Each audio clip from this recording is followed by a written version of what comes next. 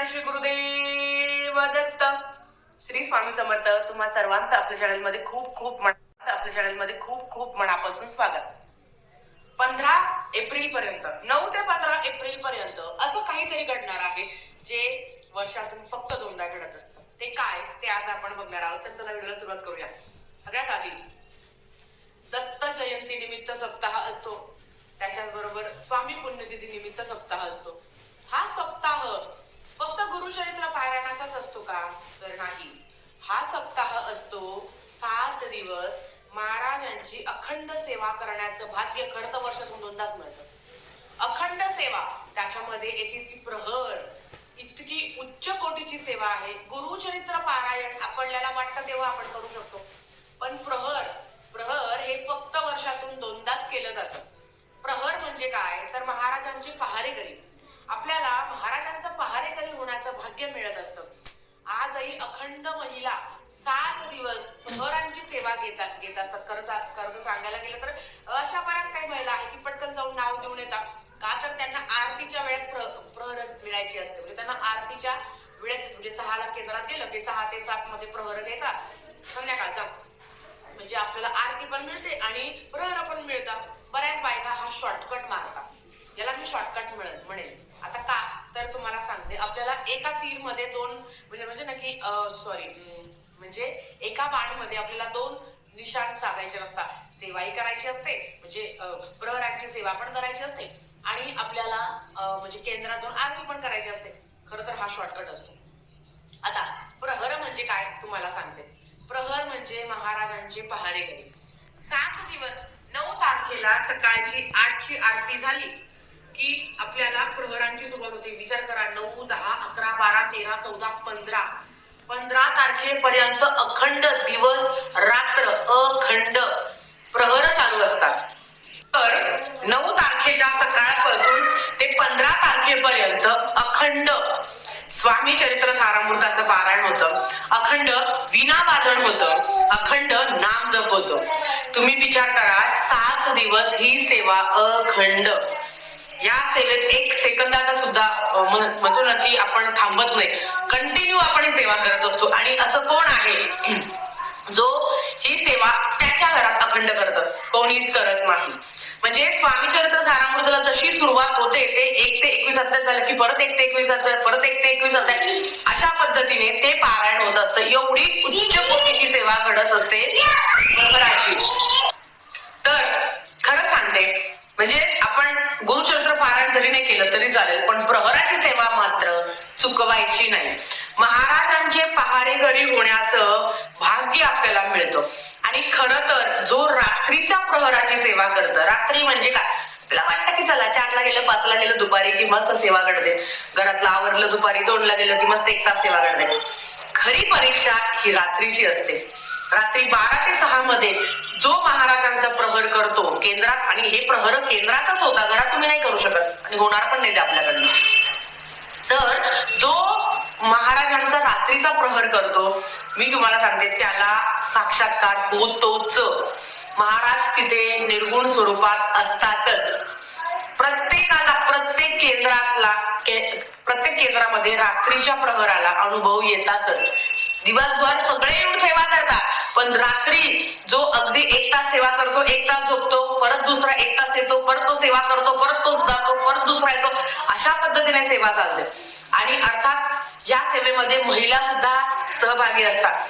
मैत्रिणींनो, दिवसभरात आपण जाऊन सेवा करतो, पण रात्री सेवा करायचं भाग्य असतं ते करतात प्रत्येकाच्या नशिबात राहत नाही. कारण मी सुद्धा आजपर्यंत रात्रीचे प्रहर केलेले नाहीये. अर्थात संसारिक अडचणीमुळे, लहान मुलांमुळे आपण ते प्रहर करू शकत नाही. पण तुम्हाला सांगते, या 7 दिवसाच्या कालावधीमध्ये जे फक्त वर्षातून दोनदा घडतं, गुरुचरित्र पारायण जेव्हा वाटेल तेव्हा आपण करू शकतो. एवढंच की सप्ताह काळात आपण करत असतो. गुरुतत्व खूप जास्त प्रमाणात जागृत झालेलं असतं. सामूहिक सेवेचं फळ आपल्याला मिळत असं म्हणून आपण करतो, पण प्रहर कोणी करतं का? म्हणून आपण करतो, पण प्रहर कोणी करतं का?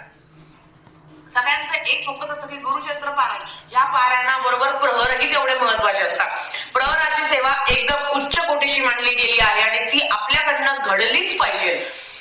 प्रत्येकाने जवळपास केंद्र असेल तर नाही ना गुरुचरित्र पारायण करणे शक्य होत, तर या 7 दिवसाच्या कालावधीमध्ये 1 तास तरी जा.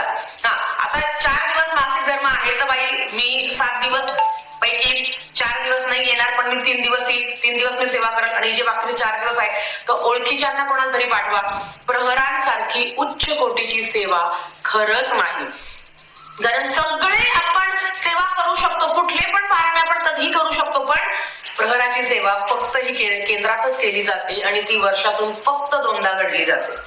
आणि तुम्ही जर भाग्यवान असाल, जर खरंच काही अडचण नसेल मैत्रिणींनो, तर कळकळीची विनंती आहे, कृपया करून केंद्रात तुम्ही पारायण करणार असेल किंवा नसेल, प्रहराला मात्र आवर्जून जा.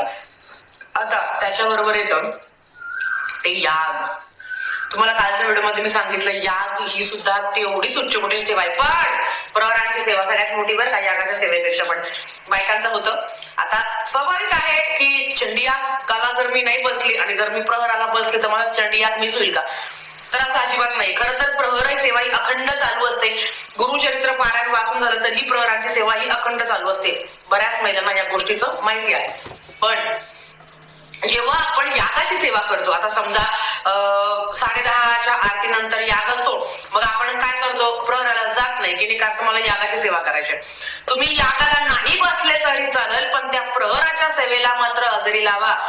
ते सांगण्याचं तात्पर्य आहे की जेव्हा तुम्ही प्रहर महाराजांचे पहारेकरी आपण होतो, किती मोठं भाग्य आहे ते आपलं, की आपण अखंड सेवेमध्ये भाग घेत आहे. जी सेवा क्षणाला सुद्धा थांबत नाही, सेवा कंटिन्यू चालूच आहे. की माझे हात दुखले, पाय दुखले, डोळे दुखले, काही नाही, ते सेवा कंटिन्यू, आणि महाराज हे कार्य करून घेतात. प्रहर याग जर म्हणाल तर गीताई याग असतो, तर तुमची मासिक धर्माची काही तारीख वगैरे असेल तर काहीही करणं शक्य नाही होत, त्याच्यापेक्षा काही केलेलं नक्कीच बरं आहे. बऱ्याच महिला याग, प्रहर, गुरुचरित्र पारायण करता, बिचारा किती मॅनेज करत असतील त्यांचं त्यांना माहिती. घरातल्या इतक्या सगळ्या जबाबदाऱ्या पार पाडून त्या पारायण करता, प्रहर करता, याग करता, आणि अर्थात त्यांच्याकडनं सगळं महाराज करून घेतात. कोणाकडनं किती काय करून घेणं हे सगळं महाराजांच्या हातात असतं, आपण फक्त निमित्त मात्र असतो. पण मैत्रिणींनो, ते सांगेल की याग आणि प्रहर हे फक्त वर्षातून 2दाच केले जातात.